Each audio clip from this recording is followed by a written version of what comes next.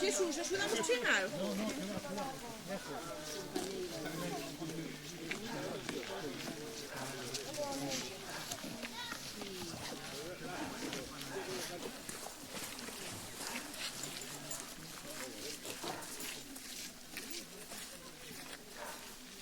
No, que nos vamos para allí, hombre. Venga.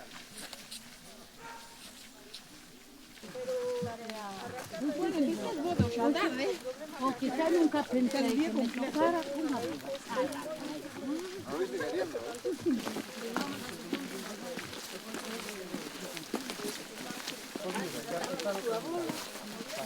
Sí, sí, sí. ¿Cómo que no? No fondo de mar, como se caía en la montaña. Pero o problema é que cando vas por aí, de todo el lugar está aí, non chega, hasta non chega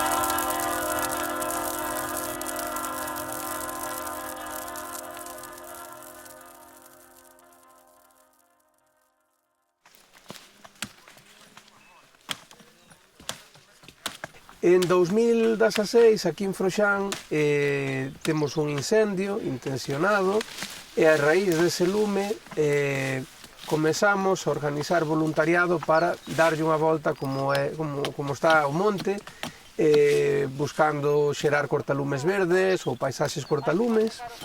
E iso facémolo recuperando dous conceitos tradicionais, que son o da roga, unha chamada ao traballo colectivo ou comunitario, e o albaroque, que é a festa, a celebración e unha comida que se ofrece a continuación. Iso comezamos a organizar este tipo de convocatorias no ano 17, tamén o comezamos a facer en colaboración con Verde Gaia, e a vista do suceso desa iniciativa, chegamos ao ponto de propoñer por que non facer algo para facer isto a unha escala moito maior, non? Con máis voluntariado e tamén que se poida facer noutras comunidades, noutros montes. Isto acontece precisamente en 2017, no ano deses grandes lumes, sobre todo na parte sur de Galiza, e efectivamente botamos a andar a idea e en abril de 2018 convócase a primeira brigada xa oficialmente aquí en Froxán. As brigadas nacen como unha alianza entre as comunidades que están na primeira liña da deseucalitización, da restauración do bosco autóctono, de digamos, imaginar un rural e uns montes cunha xestión alternativa a dos monocultivos ou da industria, e toda aquela xente comprometida con que esa transformación aconteza, non? Que son as millares de voluntarias que participan no proxecto. Bos días a todos, gracias por estar aquí compartindo este fin de semana. Bueno, os que vides de fora, pois estades o fin de semana, os que veides voluntarios, bueno, dá gusto ver así a xente participar desinteresadamente en cousas destas.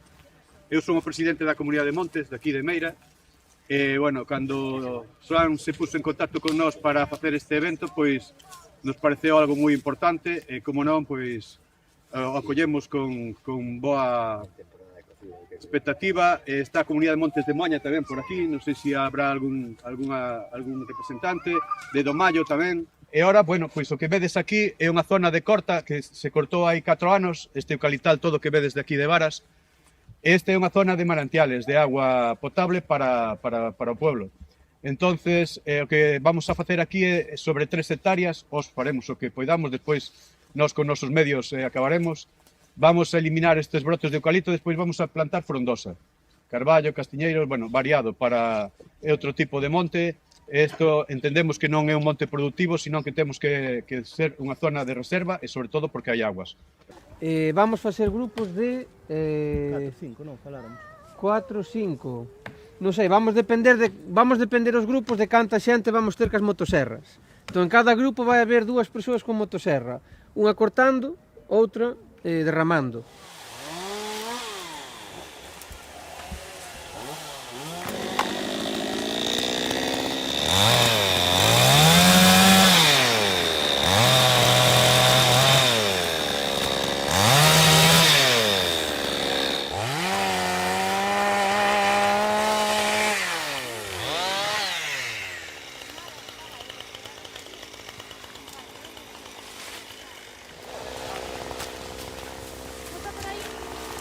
Sin aplastar aquí ao carballo,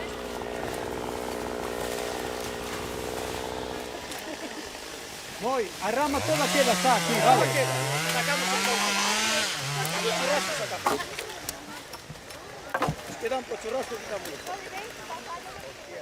Penso que a primeira brigada na que participei foi en Froxán, en Lousame, no 2019. E realmente eu a esa non iba tanto pola brigada, que sí que me chamou a atención, como porque había máis cousas ese día. Había algún relatorio, porque tiña que ver co laboratorio ecosocial do Barbanza.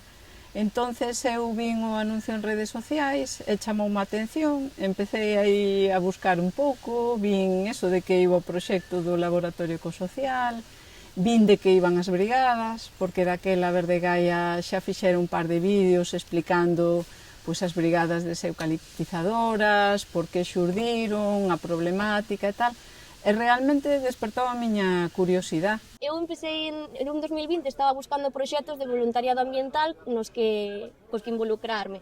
Faloume un conocido, dado proxectos brigadas deseucaliptizadoras, díxome que estaba en Froxán, aí ao lado da casa, e eu, non sei ben por que, non o conocía. Entonces foi aí que empecé a conocer, bueno, fun hasta ali, a unha roja, e xa quedei desde esa. Para min as brigadas, todos os proxectos de voluntariado ambiental, eu creo que son moi bons porque son educativos, axudan a concienciar e despois, sobre todo, tamén a crear vínculo co territorio. En concreto, as brigadas, pois, a min gustame moito porque parten das comunidades de montes. Entón, a min gustame o feito de poder ir e axudarlle a comunidade a facer a xestión que realmente queren facer e que igual non teñen os medios para facela. Daí pois, que boten man dos voluntarios. Empecé pola miña muller, que levaba xa unhas cantas intervencións e animoume a intervir.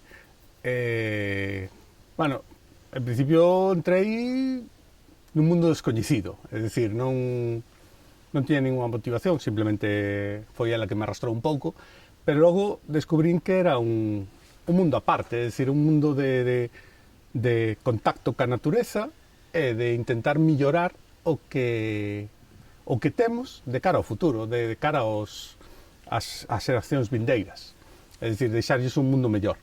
A participación nas brigadas, sobre todo, é unha cousa moi gratificante.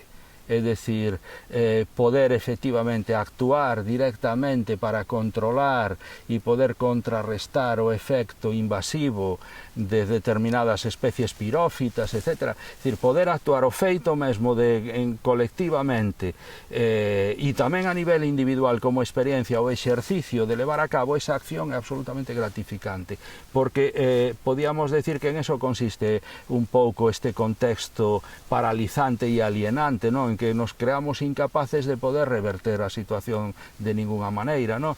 E, por lo tanto, chegar a unha especie de abandono, de individualismo apático, entón o que nos plantean as brigadas é unha forma de acción moi gratificante, independentemente se un ven da cidade ou vive nun contexto rural.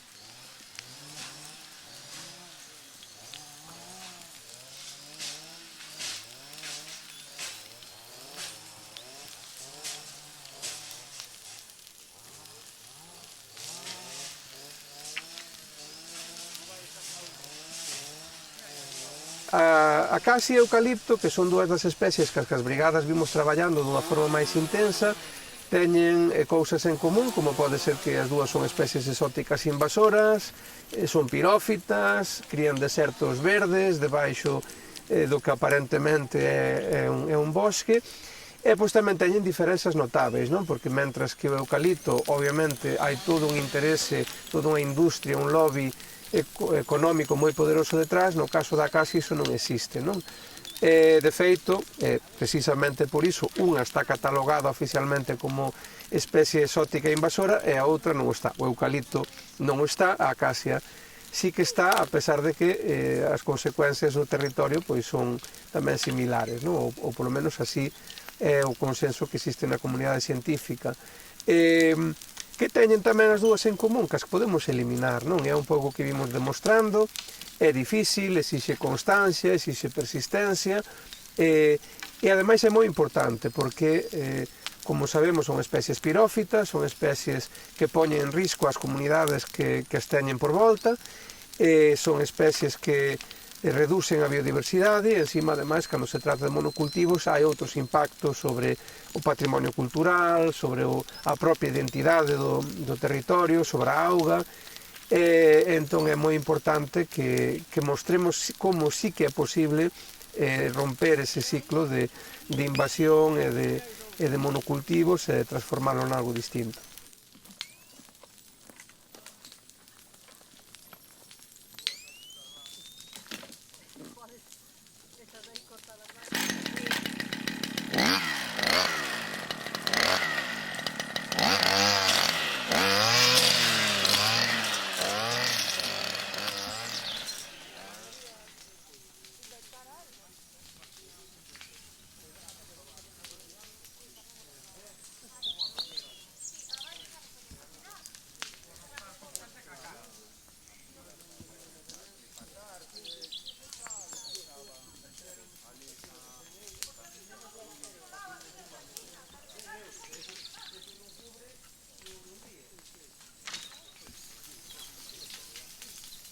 O tema das especies invasoras é un problema moi grave.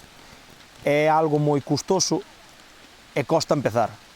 pouco a pouco podes ir facendo. O problema que estamos tendo é que a acacia está se estendendo de forma descontrolada e estamos intentando reducir a carga que hai de acacia, porque xa non é como o eucalipto que máis ou menos mantense nunha zona concreta, a menos que arda. O problema da acacia é que vai arrasando con todo o que hai e está sustituindo tanto o eucalipto, o carballo e máis o pino.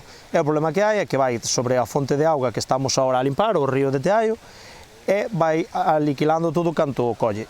E o problema tamén é que se mantén moi sucio e pode ser unha gran fonte de incendios. Tuvemos no pasado moito risco de incendios e, de feito, nós tomamos un pouco a xestión da comunidade porque hai 15 anos un incendio asolou a nosa comunidade e chegaron a arder 400 hectáreas. Foi un incendio que comezou na parte de Rois, pasou pola nosa comunidade, queimando a maioría da nosa superficie e foi parar a Rianxo. Foi un incendio catastrófico.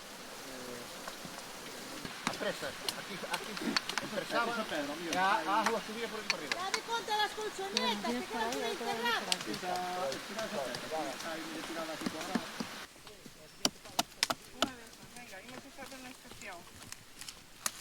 ¿A dónde? ¿Para allá abajo? A banda de Rianxo.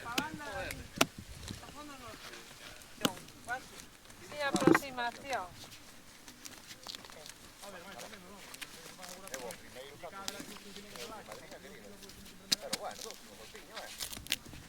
A savia vai entre esta cáscara da corteza e a madeira, a parte dura do árbol.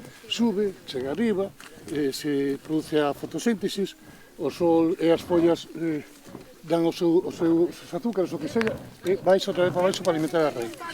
Cando tú interrompes isto, a savia non pode nin baixar. Entón o árbol sentese ferido, intenta alimentarse, non pode e agótase. Vale? Se tabamos isto, van salir brotes, porque o árbol sabe que non hai a peza grande, entón bota abaixo outra vez.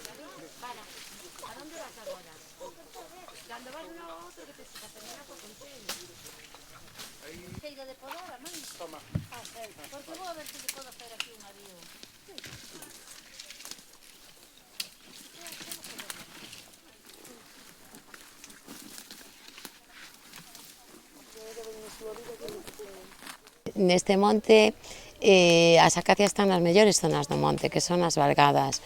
Entón é necesario recuperalas por varios motivos. Unha porque son a zona de auga fundamental do monte, as zonas de regatos, e outra porque son cortalumes naturais moi importantes no tema dos lumes. Entón aí non cabería outra que formar un bosque de ribeira con frondosa autóctona. Aínda que despois hai outras zonas do monte que tamén se está colocando frondosa, se está eliminando a acacia.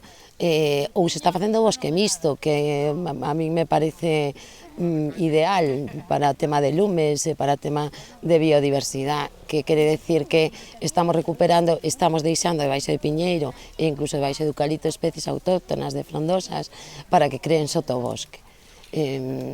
O normal é que as especies, sobre todo carballo e sobreira, salga de regenerado. Entonces xa temos parte do traballo feito, que non temos que facer plantación.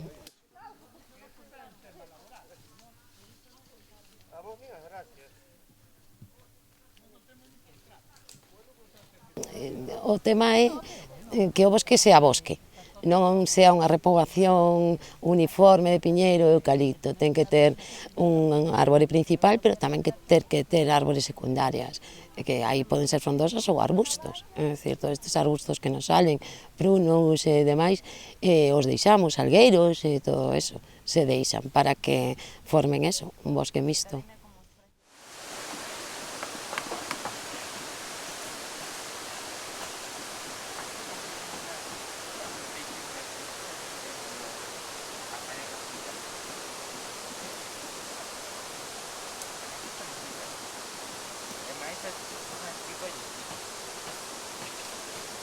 Entre a nosa comunidade e como outras comunidades daqui do Concello e da zona do Barbanza, pois estamos moi atacados pola acacia negra e polo eucalipto, que son especies pirófitas que despois de incendio tras incendio pois se reproducen moi facilmente, polo cal agora con este proxecto que intentamos revocar esa situación e intentar a que a vida natural e as especies arbóreas máis idóneas de cada zona volvan ao seu lugar. É viable, pensando ambientalmente, en construir unhas zonas idóneas que a biodiversidade funcione, a diversidade, as nosas augas, que son as que bebemos todos os días, as que se producen nos nosos montes, a biodiversidade, a frondosa, e aínda que sean os piñeiros, aínda que sean especies de madeira, pero pensando nunha xestión máis ambiental. O monte temos que intentar darlle un cambio.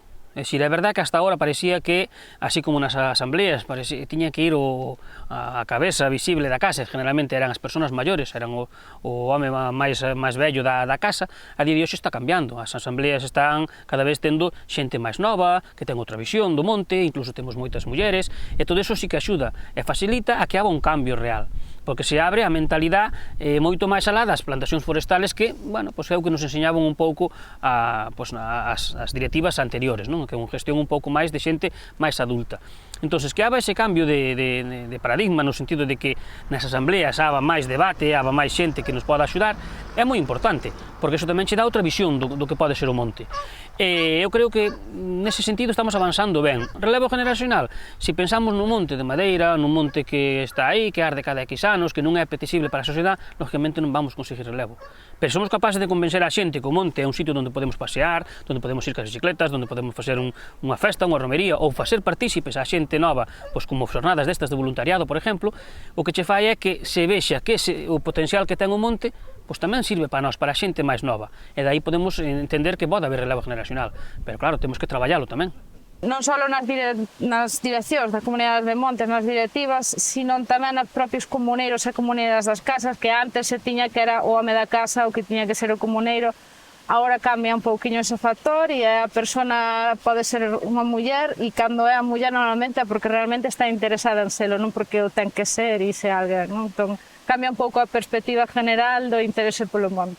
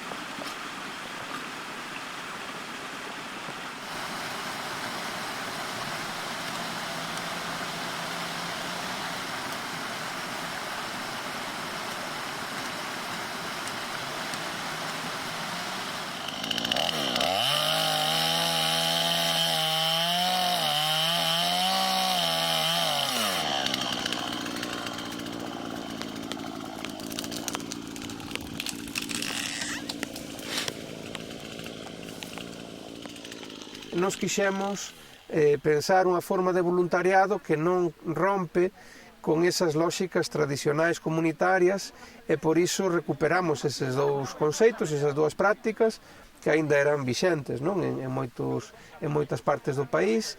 Un é a roga, que ten outros nomes noutros lugares, mas que ven sendo esa convocatoria, esa chamada ao traballo colectivo, pois ou ben para a colleita, ou ben para facer unha casa, ou ben para facer traballos no común, non? E iso quixémolo ampliar pois, a esa comunidade máis extendida que é toda a xente que participa nas brigadas, sexa ou non dun determinado lugar, con toda esa xente é unha comunidade extendida. Entón, a roga é esa convocatoria, esa chamada ao traballo comunitario. E despois, na nosa sociedade tradicional, a festa sempre tivo un papel moi importante, o convivio, e aí onde entra o albaroque, que é unha comida que se ofrece a xente que traballa nesa roga, e tamén é un momento de festa, de música, de partilla de ideas, que é un pouco onde ao longo destes anos pois, tamén foron saindo moitísimas ideas, novos lugares, novas persoas, un pouco a raíz deses momentos para a troca, para a partilla, para facer e estreitar esa comunidade de persoas que participamos nas brigadas. Eu son brigadista.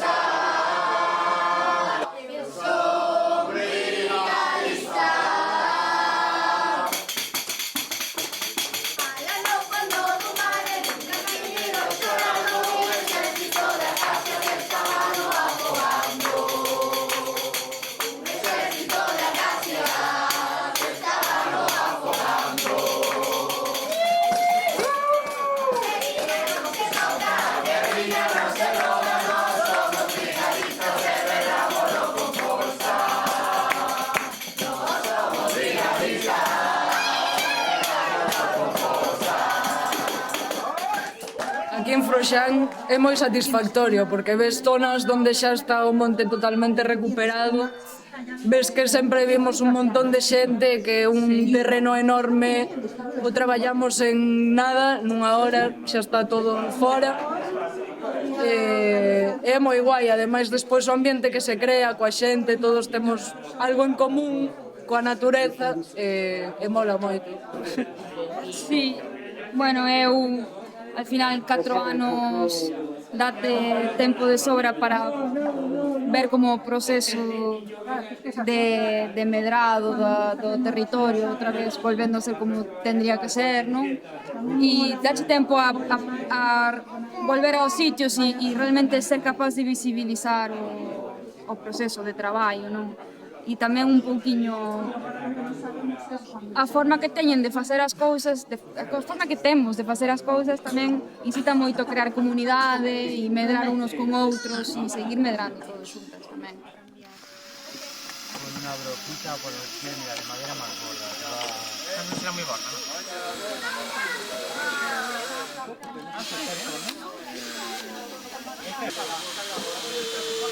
Los haitianos se comían las mazorcas, luego diciendo Vou por máis material. O traballo en equipo, non? É o que máis valoreu aquí, porque daste conta de que poucas mans poden facer moito en moi pouco tempo.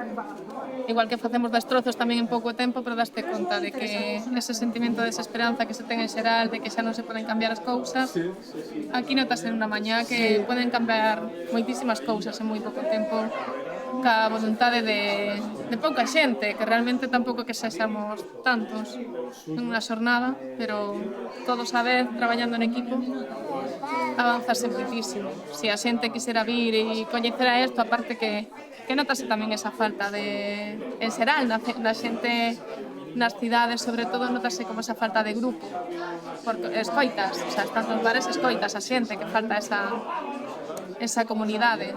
Se isto se estendera e a xente o coñecera, eu creo que moita máis xente vendría e moito máis se cambiaría, obviamente. Eu creo que desde un inicio as brigadas conxugan o que é a acción concreta en territorios concretos nos que o mellor levamos xa 8 anos non traballando e que eses resultados se poden ver, mas tamén o feito de que nos acompaña xente que non necesariamente é dese lugar, non é ás veces de ámbitos urbanos ou de sitios máis afastados, e un pouco as brigadas o que fan tamén é crear unha comunidade extendida, non? Donde na que o que acontece en determinados lugares, cos que o mellor a xente que ven e participa como brigadista non ia ter un contacto ou non ia chegar a coñecer, de repente pasan a ser un círculo, unha comunidade extendida de xente que lle preocupa o que pasa nese lugar e que tamén ven acompañando no tempo todas esas transformacións do territorio. Para min as brigadas e este tipo de dinámicas o que axudan é a tecer redes que en algún momento poden levar a que xente diferente en sitios distintos se una para defender algo no que che pode ir a vida, a saúde ou o teu porvir.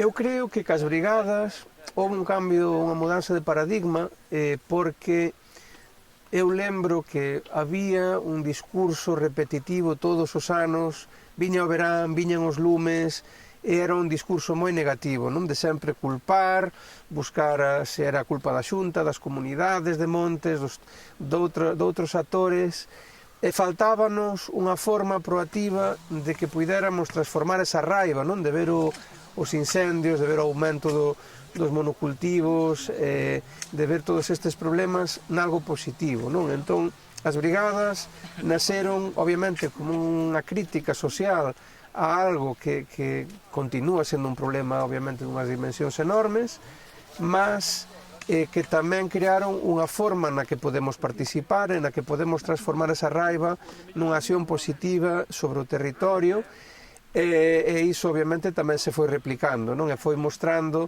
que podemos cambiar esa situación, e eu creo que é o legado máis importante das brigadas, non? Esa mudanza de mentalidade e esa atitude proactiva de transformar a situación que temos no territorio cara a algo distinto. Ala, a medrar.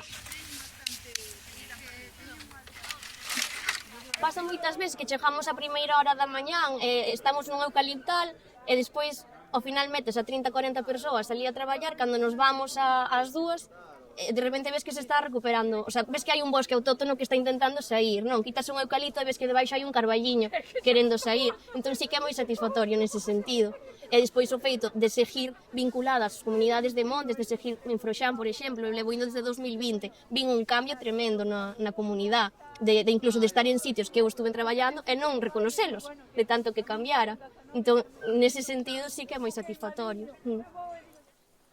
É moi importante ese sentido de comunidade, ese sentido tamén de que o traballo que se fai ten un impacto real sobre o territorio, tanto a curto prazo como pode ser ao longo dunha mañá, mas tamén a longo prazo, no sentido en que son intervencións que teñen continuidade no tempo e que a xente pode continuar visitando e ver un pouco como ese traballo, esa dedicación da xente realmente ten un impacto sobre o territorio.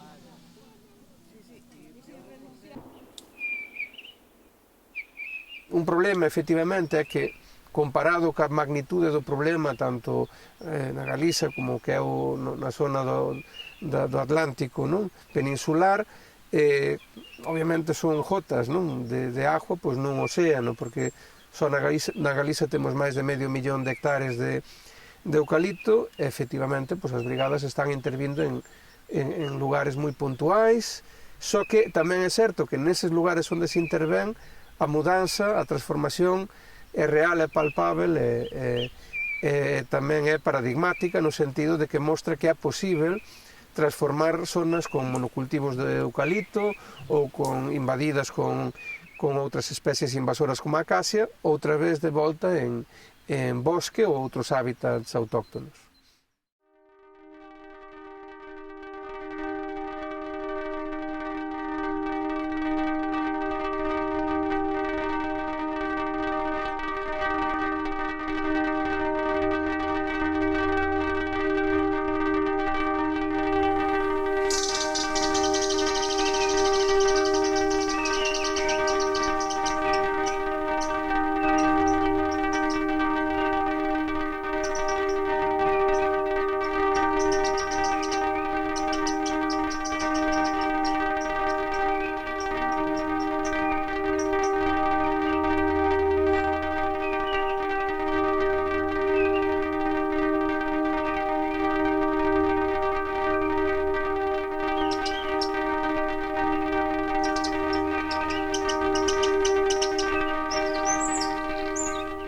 O que temos que ver é que efectivamente vai máis alá dunha concepción vinculada directamente coa productividade ou con un tipo de usos económicos, sino que nos remite a un fondo esencial que é a concepción da terra, onde estaríamos vinculados pois as comunidades, os individuos, as persoas, os colectivos que están de alguma maneira entroncados e vivenciando o propio evoluir do territorio e do ecosistema. Reivindicar hoxe no século XXI que o monte é noso implica quebrar esas dinámicas do monte como un lugar que apenas serve para os monocultivos, para as lóxicas extractivistas, e hai que pensar un pouco máis no monte desde unha lóxica postcolonial, unha lóxica dos coidados, unha lóxica de tamén prepararnos e crear comunidades e ecosistemas máis resilientes ao que ven aí, ao cambio climático, aos incendios de sexta xeración, aos períodos de seca máis prolongada, e iso implica que temos que facer algo tamén nos.